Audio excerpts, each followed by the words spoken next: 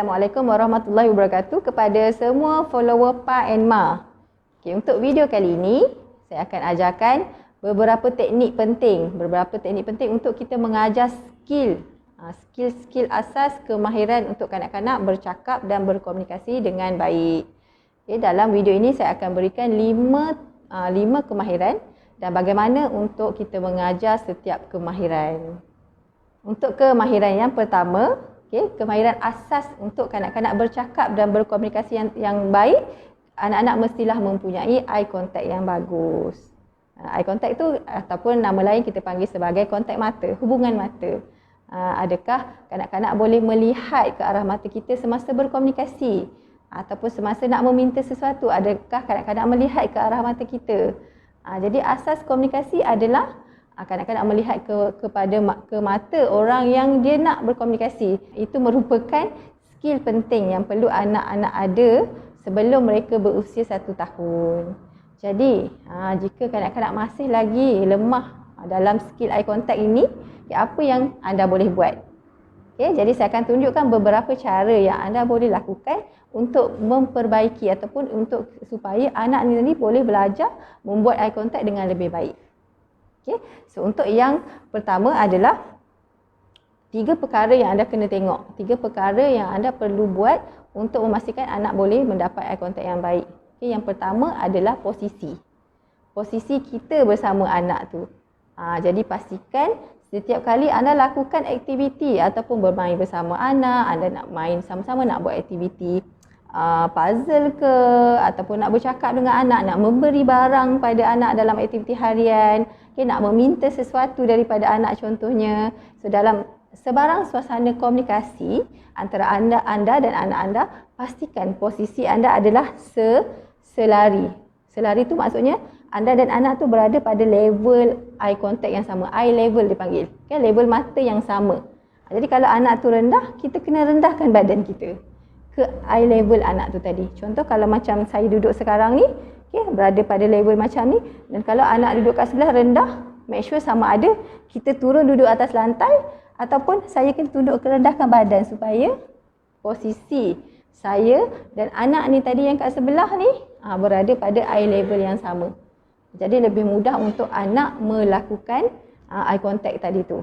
Itu yang pertama yang perlu di-improve atau perlu diperbaikikan terlebih dahulu.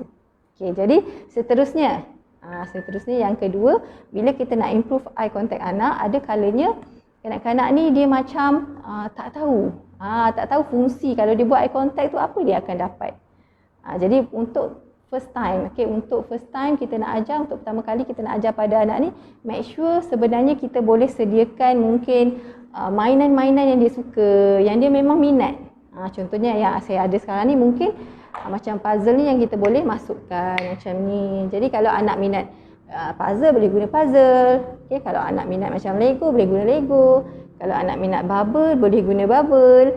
So yang penting mainan ni adalah sebagai reward ataupun sebagai ganjaran yang kita berikan disebabkan anak tu tadi dia buat eye contact. Macam tu. Alright. So contoh. Jadi teknik yang kedua, tadi posisi yang pertama, teknik yang kedua untuk improve eye contact anak adalah sentiasa biasakan diri untuk letakkan objek di bahagian tepi mata ni. Setiap kali nak bagi barang ataupun nak bagi mainan pada anak, boleh letak dekat sini sampai anak tengok, sebab kita nak supaya anak tu terbiasa tengok pada muka kita. Jadi sangat penting untuk dia tengok sebenarnya. Tengok mulut kita gerak macam mana, tengok kita punya expression, muka kita happy, muka happy macam mana, kalau kita cakap sedih, expression sedih macam mana. Jadi itu semua adalah benda-benda ataupun perkara-perkara yang anak kena tahu bila dia nak bercakap dan berkomunikasi. Alright? Jadi bila contoh kalau kita nak bagi mainan, kita main letak-letak macam ni. Sebelum nak bagi pada anak tu, make sure kita peganglah mainan kan. Kita mainan yang kita nak bagi tu kita pegang. Jangan bagi semua dekat anak. So kalau kita bagi semua, kita letak longgokkan depan dia, nanti dia akan buat tanpa mempedulikan kita. Jadi yang paling baik adalah kita buka semua mainan ni, buka-buka. Bagi tinggal yang kosong je. Letak dekat anak. Kan? Jadi yang lain tu kita pegang. So setiap kali nak bagi mainan tu pada anak, kita bagilah adik nak, dan kita letak dekat sini. So tunggu untuk dia tengok. Kalau anak tu rendah, make sure rendahkan sikit lah. Kan kalau anak tu rendah. So tunggu dia tengok, adik nak. So kalau anak tu dah tengok, ada eye contact, kita terus bagi pada dia. Dan letak dekat sini. So the next pun sama. Oh nak lagi. So make sure objek tu sentiasa kita letak selari dengan mata supaya anak ni tadi nak tengok ke arah mata kita. Sebab kalau kita letak objek kat bawah macam ni, anak tu akan tengok objek, dia tak tengok mata kita. Yang lainnya anda boleh buat dalam aktiviti harian. Contoh dia macam nak bagi makanan pada dia, kan, biskut ke apa, nak bagi biskut tu letak dekat sini. Even botol susu pun sama. Kan nak bagi dia minum susu, botol susu tu letak dekat sini. Nak susu, so bila dia tengok, sekurang-kurangnya dia boleh nampak mulut kita gerak dan dia boleh fokus pada apa yang kita cakap. Alright. Okay, dan seterusnya yang ketiga, bila kita nak mendapatkan eye contact daripada anak, untuk awal-awal kita kena bagi sedikit masa untuk anak respon. Jangan, maksudnya kita kena ada menunggu anak untuk respon. Contohnya bila kita bagi, dia nak, tunggu kejap. Tunggu kejap, bila dia pusing, baru kita bagi. Jangan macam adik nak, dia tak tengok, kita terus bagi. Tunggu untuk dia tengok. Make sure anda tunggu untuk dia tengok. Kalau anak masih lagi tak tengok, bolehlah lalukan depan mata dia dulu, bawa ke mata kita. Macam tu. Make sure tunggu. Sebab sometimes, kadang-kadang anak yang mungkin ada isu dengan eye contact, respon dia agak lambat sikit. Agak lambat untuk dia faham the process. Proses untuk dia belajar. Jadi ingat, kita kena take it slow. Kita kena menunggu sikit daripada respon anak tu tadi. Dan lakukan secara konsisten supaya anak ni tadi faham. Dengan melihat mata, dia akan dapat sesuatu. Dia boleh berinteraksi dengan kita. So dia faham apakah fungsi eye contact tu. Untuk kemahiran yang kedua, yang penting, penting untuk kanak-kanak boleh bercakap dan berkomunikasi dengan baik adalah kemahiran turn taking ataupun kemahiran mengambil giliran. Jadi kalau kita tengok, kalau kita berkomunikasi, bila kita berkomunikasi dengan orang, kita sebenarnya tengah melakukan giliran. Kita bercakap dan anak mendengar, anak bercakap semula dan kita mendengar. Jadi benda tu adalah proses tu adalah dilakukan secara bergila-gila. Jadi kemahiran mengambil giliran ni adalah sangat penting untuk kanak-kanak boleh bercakap dan berkomunikasi dan menggunakan bahasa dengan baik. Kan, kalau tak ada skill turn taking ni, mungkin anak boleh bercakap tapi tak boleh nak berkomunikasi. Ini khas untuk anak melakukan komunikasi dua hala. Jadi macam mana asas dia, macam mana kita nak ajar, saya akan tunjukkan macam mana, apakah aktiviti yang anda boleh buat dekat rumah untuk bantu anak supaya dapat skill kemahiran turn taking ini. Jadi untuk kemahiran turn taking, syarat dia, yang pertama sekali anda boleh gunakan mainan, anda boleh gunakan, biasanya kita gunakan mainan lah dengan kanak-kanak kan, sebab untuk menarik perhatian dia.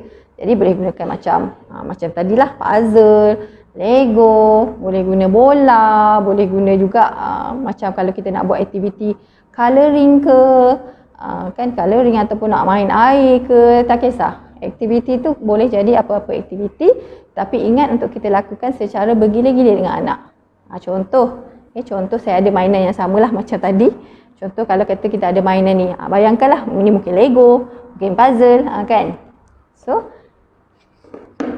saya keluarkan semula. Syarat dia sama macam tadi. Jangan longgokkan mainan tu depan anak. Itu syarat dia. So kita yang pegang, yang pieces-pieces tu kita pegang, tapi yang kosong ni kita bagi pada anak. Bukan bagi pada anak, kita letak tengah-tengah antara kita dan dia. Supaya sebenarnya kita nak galakkan supaya kita bergila-gila letak objek ni dekat papan ni tadi. So untuk turn taking, untuk kemahiran turn taking ni, apa yang anda boleh buat adalah kalau anak tu masih lagi baru nak mula, masih lagi tak ada kemahiran menunggu mungkin, ataupun dia masih lagi tak faham. So apa yang kita boleh buat adalah kita bagi dulu. Contoh kita cakaplah, okey mama letak dulu kat anak kan. Mama letak dulu, dan kita letak. Sekarang adik pula. So kita bagi satu piece dekat dia. Sekarang adik pula, adik punya turn. So adik letak. Letak kat sini ya. Dan bagilah rangsangan bahasa. Kita letak, mungkin ada gambar apa tu? B dekat sini, kita boleh introduce pun ada gambar B. Kita ada gambar apa tu, lebah ke kan. So boleh bagi rangsangan bahasa semasa kita buat aktiviti. Dan seterusnya giliran kita pula. Adik dah, sekarang turn mama pula. Mama letak.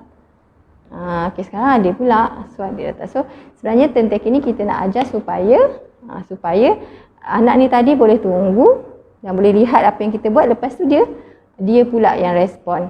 Kan sama macam konsep kita berinteraksi ataupun kita berkomunikasi. Kita tunggu orang cakap, kita fahamkan apa orang tu cakap dan kita beri respon. Dia macam tu. Jadi boleh buatlah sampai habis. Bagi satu persatu sampai habis. Okay, kalau untuk anak yang mungkin dah start faham tapi mungkin tak berapa nak konsisten lagi, boleh je. Okay, separuh bagi dekat anak, separuh kita pegang. So masing-masing kontrol mainan sendiri. Boleh juga. Tapi kalau susah nak anak nak kontrol, kita yang kontrol semua mainan. Ni especially kalau yang susah nak buat turn taking lah. Okay. And then seterusnya kena sama juga macam kontak tadi, kena tunggu respon anak. Okay, contoh kita kata, sekarang adik punya turn kan? Kan kita tanya soalan kan? Adik punya turn kan? So kita boleh buat macam angguk-angguk pada anak tu supaya anak tadi mungkin akan respon angguk balik dekat kita. So kalau dia angguk balik, itu dah dikira sebagai respon. Dah baru kita bagi, adik punya turn, letak. So make sure masa buat turn taking tu, kita tunggu respon daripada anak. Sebab kita nak supaya anak tu tahu, macam tu benda tu dibuat atau terjadi bergila-gila. Okay, sekarang kita bercakap, lepas tu dia kena respon. Kan, jadi kalau anak tu macam tak tengok ataupun mungkin ada isu dengan eye contact ataupun tak boleh nak fokus, that's why sebab tu kita kena tunggu lama sikit untuk dia bagi respon. Right, tunggu janganlah terlalu lama. Paling lama pun 10 saat sahaja. Kalau 10 saat masih lagi anak tak boleh nak respon, dan kita bantu dia lah untuk buat apa. Kalau nak letak, dia tak letak-letak, kita ambil tangan dia dan tolong letakkan. Okay, itu turn taking. Ataupun aktiviti lain yang anda boleh buat adalah contoh main bola. Okay, main bola. Bola baling pada anak, dan anak dapat bola tu dan balik-balik pada kita. So kalau let's say anak tu ada isu, ada masalah untuk nak buat bagi bola semula dan tunggu untuk kita bagi bola balik dekat dia tu, okay, mungkin kena ada seorang yang lain tolong. Tolong anak tu, mungkin tunggu dekat belakang anak tu, okay, pegang tangan dia. So kita baling bola dan bantu anak tu untuk tangkap bola. Dan lepas tu bantu anak tu pula untuk baling balik dekat kita. So kena ada seorang pembantu untuk anak ni tadi. So baru anak tu tahu, okay, dia kena tunggu bola datang dan balik-balik kat kita. Macam bergili-gili.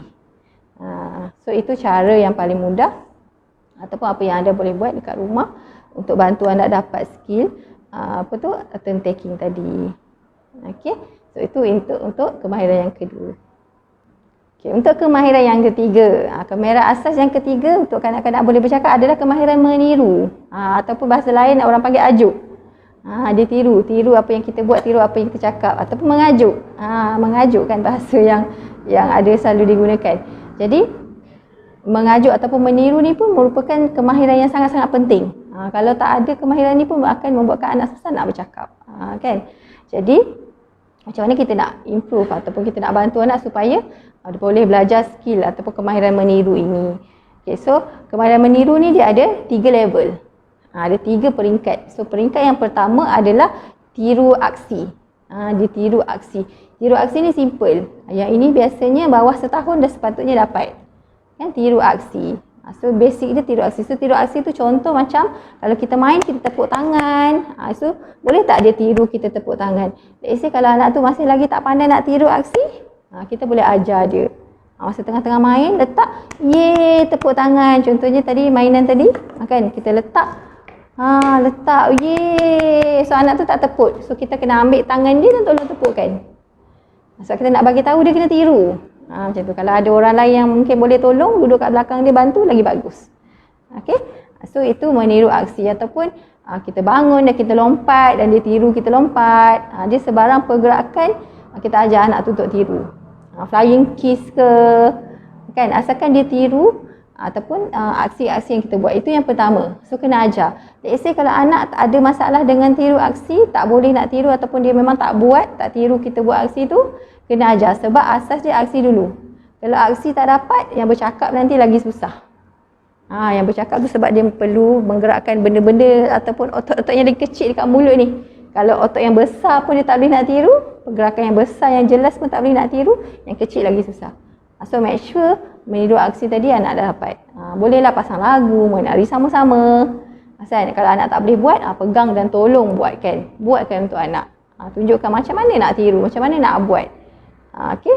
So itu yang pertama, tiru aksi. Level yang kedua untuk meniru adalah tiru bunyi.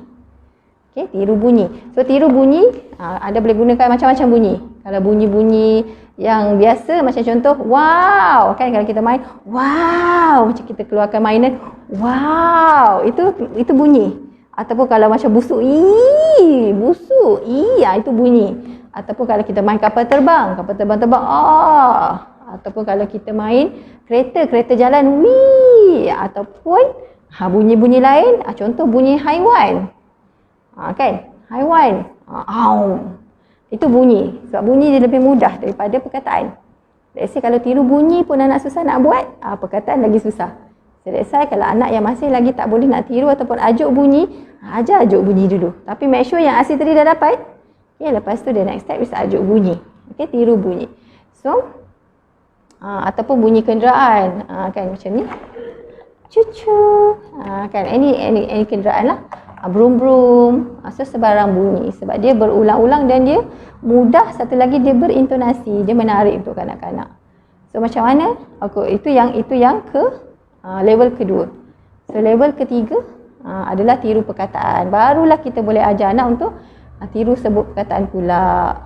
Kalau anak dah boleh sebut bunyi, biasanya perkataan tu lebih mudah dia nak dapat. Okay. So macam mana kita nak buat untuk meniru adalah teknik yang dah boleh guna adalah teknik kita panggil sebagai teknik kita tunjukkan je lah macam mana nak buat teknik modeling. Cara dia teknik modeling. Dan juga kita tunggu. Contoh dia macam ni. Contoh dia macam ni, kita keluarkan, kita lah ambil lah mainan ni daripada kotak ke, kita nak buat bunyi kan. So keluarkan mainan. Kita kata harimau. So yang bunyi tadi tu kita repeat banyak kali. So kita buat, okey, harimau jalan ni. So dia maksudnya setiap step tu dia ada bunyi kan. Macam tu. Dan kita boleh juga maksudnya kalau kita nak suruh anak tu cuba sebut, kita bolehlah pegang tangan dia, tolong buatkan dan kita stop. Itu teknik pause. Kan maksudnya kita berhenti sekejap untuk tengok dia boleh tak sebut sendiri. Tapi dia punya key untuk anak keluarkan perkataan ataupun tiru, kita kena introduce dulu. Kena bagi tahu dekat dia. Bunyi ni apa, macam mana nak buat. Bukanlah kita bagi tahu macam mana cara nak buat bunyi, tapi kita introduce dengan macam-macam bunyi. Kena banyak kali ulangan. Okay. So itu untuk meniru bunyi. Perkataan pun sama. Okay. Perkataan anda boleh guna gambar, anda boleh guna objek. So macam contoh kalau gambar ikan kan, maksudnya kita lebih kepada ajar dulu. Sebutkan pada dia banyak kali. Sebutkan pada anak tu banyak kali, tengok dia boleh tak tiru. Walaupun kalau tak tepat pun tak apa sebenarnya. Sebutan tak tepat tak apa. Yang penting dia nak cuba untuk tiru. Kalau ada masalah juga, let's say kemahiran aksi boleh, ajar kemahiran bunyi. Kalau bunyi dah boleh, baru kita masuk kepada perkataan.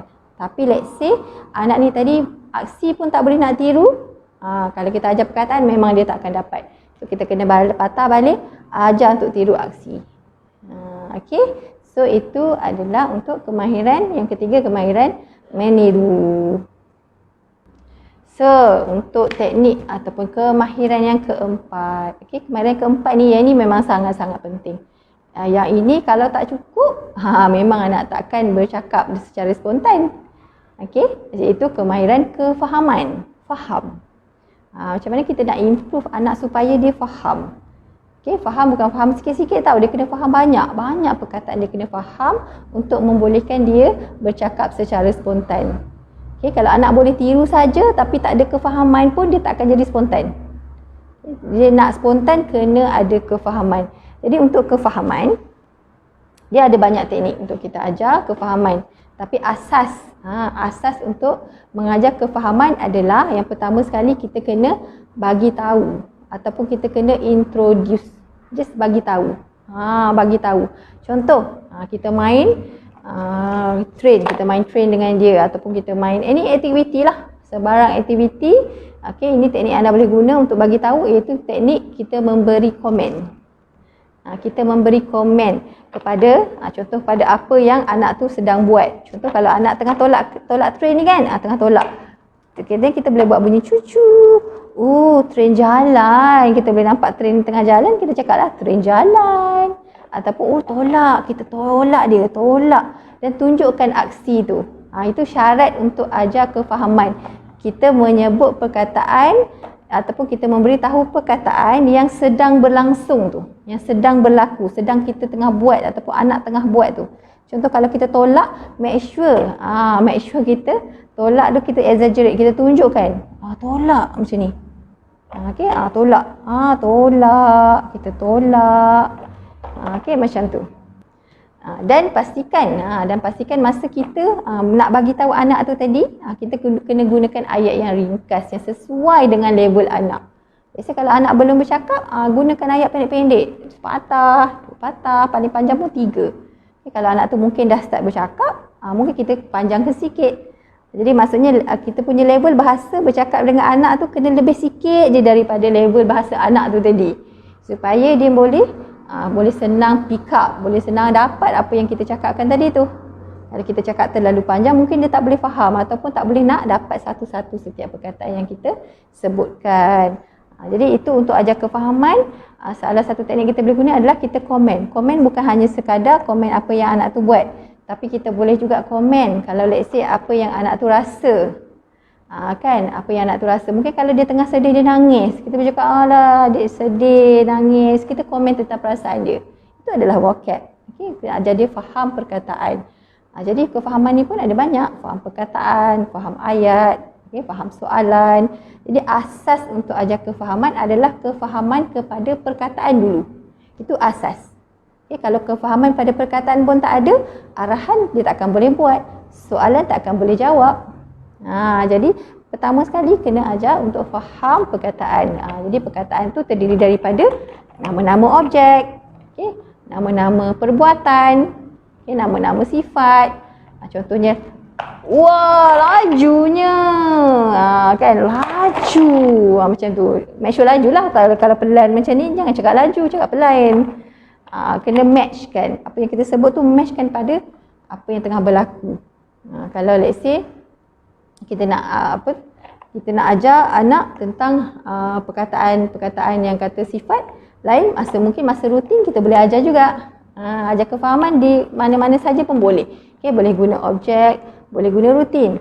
Jadi kalau rutin, contoh masa tengah makan, kita boleh sebut masa kita tengah makan, mama suap. So perkataan aksi yang dia buat tu nama dia suap. Sebab kita nak anak tu tadi faham nama aksi tu adalah suap. Okey, kalau nama aksi macam mulut buka tu nama dia nganga. Kan kita nak dia faham setiap perbuatan ataupun perkataan yang terlibat dalam situasi tu. Jadi kalau dia faham banyak benda, banyak aksi, banyak perkataan yang dia tahu, so dia akan bercakap secara spontan dengan akan lebih banyak lah. Tapi kalau kefahaman sedikit, tak cukup, jadi yang spontan tu biasanya akan sedikit. Itu adalah asas yang paling, yang tadi awal tadi, asas awal yang kefahaman ni pun sangat-sangat juga penting. Kalau kefahaman ni tak dapat ataupun anak ada masalah dengan kefahaman, bahagian nak sebut, bahagian nak bercakap akan ada masalah. Okey, so itu untuk yang kemahiran yang keempat. Okey, so untuk kemahiran yang seterusnya, yang kelima, yang ini biasanya ramai yang tunggu-tunggu macam mana nak buat, betul tak? Tapi kemahiran yang kelima ini takkan boleh dibuat dengan baik kalau kemahiran-kemahiran awal 1 hingga 4 tadi anak tak dapat. Yang 1 hingga 4 tadi tu kena dapat dengan bagus. So kemahiran yang kelima yang saya akan ajarkan ini akan lebih mudah, iaitu kemahiran untuk sebut. Kan, kemahiran untuk anak menyebut. Jadi untuk kita bantu, sebenarnya kalau anak-anak menyebut secara spontan, dia perlukan kefahaman yang banyak. Itu syarat dia. Tapi kalau let's say dalam keadaan anak yang mungkin susah nak sebut, kita boleh bantu untuk memberitahu dia, okey, yang ini kena sebut. Situasi macam ni dia kena cakap. Situasi macam ni dia kena cakap. So kita bagi bantuan untuk anak sebut perkataan-perkataan yang mungkin dia dah tahu. Jadi antara teknik yang kita boleh gunakan adalah teknik model juga. Modeling, kita modelkan apa aksi ataupun apa yang dia kena buat. Contoh aktiviti yang anda boleh buat, contohlah kita nak buat aktiviti menamakan gambar. Contoh, okey. Menamakan gambar. Jadi anda boleh ada anda, mungkin ada anak, dan mungkin ada seorang lagi pembantu, ayah ke adik-beradik lain yang akan menjadi model apa yang dia nak kena buat tadi. Okey, modeling punya teknik. So apa yang boleh dibuat, kita akan jadi kita akan contoh macam saya akan jadi orang yang kita panggil moderator aktiviti. Moderator, orang yang menjalankan aktiviti. Okay? Ataupun kita pun boleh jadi orang yang bermain juga. So, mana-mana satulah yang sesuai. Kalau let's say kita menjadi orang yang moderator di aktiviti, so kita orang yang akan tunjuk gambar. Okay, first kali kita tunjuk gambar pada orang yang tahu, yang boleh cakap tadi ni. Mungkin ayah ke adik-beradik lain. So kita cakap pada dia. Okey, ambil gambar satu. Yang ini gambar apa? So yang tadi kena labelkan. Dia kata kereta. Oh wah, betul kereta. So mungkin okey, dah betul kereta, dapat satu reward. Letak. So boleh continue. The next step lepas dah orang yang tahu tadi sebut, the next step adalah giliran anak pula. So dia dah tengok dah tadi orang yang buat tu, oh macam tu. Bila kita tunjuk dia kena sebut. Jadi make sure, ini syarat dia, make sure gambar yang kita tunjukkan pada anak tu, kita pasti anak tu dah faham. Okay, kalau kita tanya, okay, macam contoh yang macam gambar dua ni, kalau kita tanya, okay, mana biskut, anak dah boleh tunjuk mana biskut. Mana kereta, dia boleh tunjuk mana satu kereta. Itu maksud dah faham. Baru kita boleh buat yang nak suruh dia sebut. Tapi kalau let's say kita suruh tunjuk mana biskut pun anak masih lagi tak boleh tunjuk, jangan buat suruh sebut tu. Memang tak akan boleh sebut. Okay? So sekarang make sure gambar yang kita guna tu anak memang dah tahu. Dia dah faham. Kalau kita suruh tunjuk, dia memang boleh tunjuk. So the next step kita nak suruh dia produce ataupun sebut. Jadi lepas kita dah gunakan model tadi, make sure model tu beri kerjasama lah ya. Kalau adik-beradik kena make sure yang bagi kerjasama. Seterusnya dia pula. Jadi kita pun ambil lah gambar lain pula, cari-cari banyak gambar sikit dan keluarkan. Ada pula gambar apa? Contoh dia macam tu. Dan kita tunggulah sekejap, tengok boleh tak dia cari perkataan tu dalam dia punya mind. So let's say dia nampak dia struggle, kita boleh bagi bantuan. Contohnya kalau biskut, kita boleh kata, okay ni bis. Dan kita stop, suruh anak tu sambung. Dan kalau dia kata kut, dia sambung kan. Kita kata, betul biskut. Kita bagi balik words tu. Let's say kalau kita dah tunggu, dah 10 saat dah tunggu, anak masih lagi tak sebut, kita boleh bagi tahu je jawapan dan kita ulang balik dengan model tadi tu. A few picture.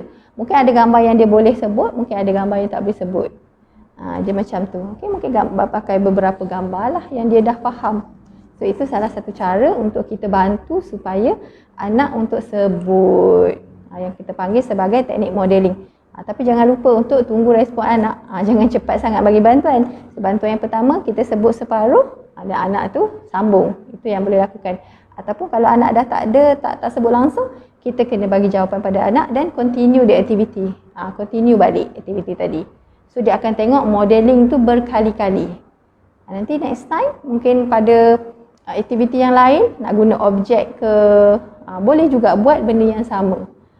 Itu kalau anda ada model lah. Tapi kalau anda tak ada model, tak ada modeling tadi tu, tak ada model tadi, boleh jadikan diri kita sebagai model. Contohnya gambar ataupun objek tadi ni, kita letak dalam satu kotak. Letak dalam satu kotak, satu bekas, kita ambil dan kita okey lah. Mama nak ambil benda, so kita keluarkan dan kita sebutkan. Ada tiger. Okey, sekarang dia pula. So dia pula dia kena ambil dan dia kena sebut nama objek tu. So kitalah jadi model tu.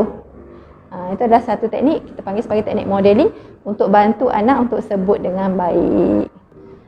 Okey, dah dapat kan 5 kemahiran asas yang anda kena ajar tadi untuk anak boleh bercakap dan berkomunikasi dengan baik.